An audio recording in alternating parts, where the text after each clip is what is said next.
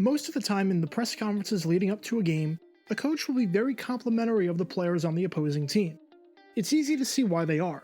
You don't want to look foolish if they torch you, and you don't want to give them any bulletin board material, especially since, as a coach, you aren't the one that has to go out there and line up against them. Even Bill Belichick waited until after Super Bowl 39 to completely end Freddie Mitchell's career.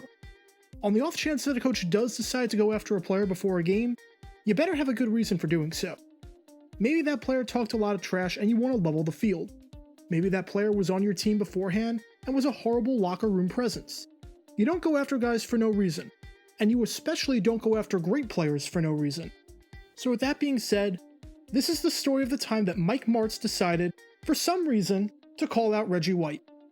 The former Eagles and Packers defensive end decided to retire at the end of the 1998 season. When the Minister of Defense retired, he was regarded by many as the greatest defensive end of all time.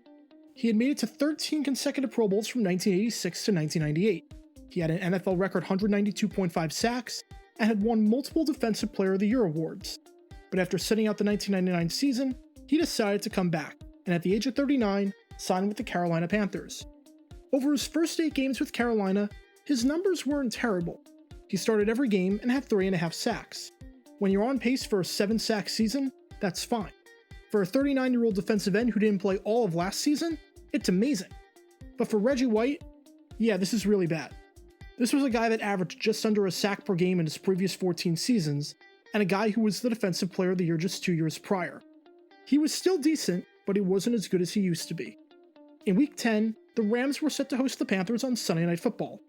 And for some inexplicable reason, Rams head coach Mike Martz decided to call out Reggie White. Keep in mind that White never said anything about Martz in the past, and there was no prior beef between the two.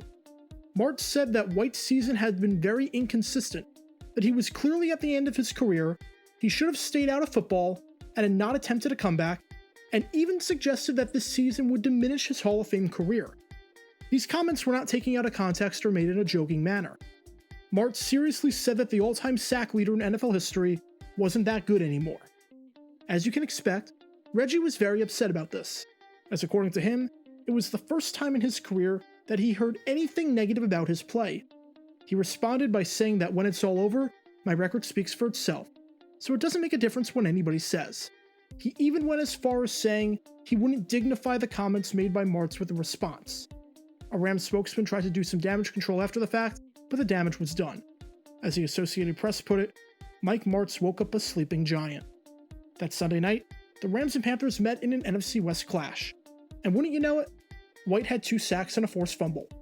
It was the first time in 2 years that White had multiple sacks in a game.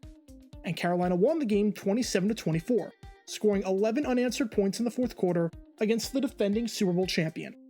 Keep in mind that Carolina entered this game as 13.5-point underdogs. White took the high road after the game, saying that he knows Mike Martz and that he didn't think he meant anything by those comments.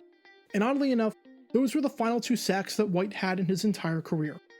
But let this be a lesson to all coaches. Don't call out a player on the opposing team before a game. And if you're gonna do that, make sure it's not arguably the greatest pass rusher of all time. Special thanks to all our Patreon supporters for helping out the channel. Your support is greatly appreciated. See how you can become a patron in the description below.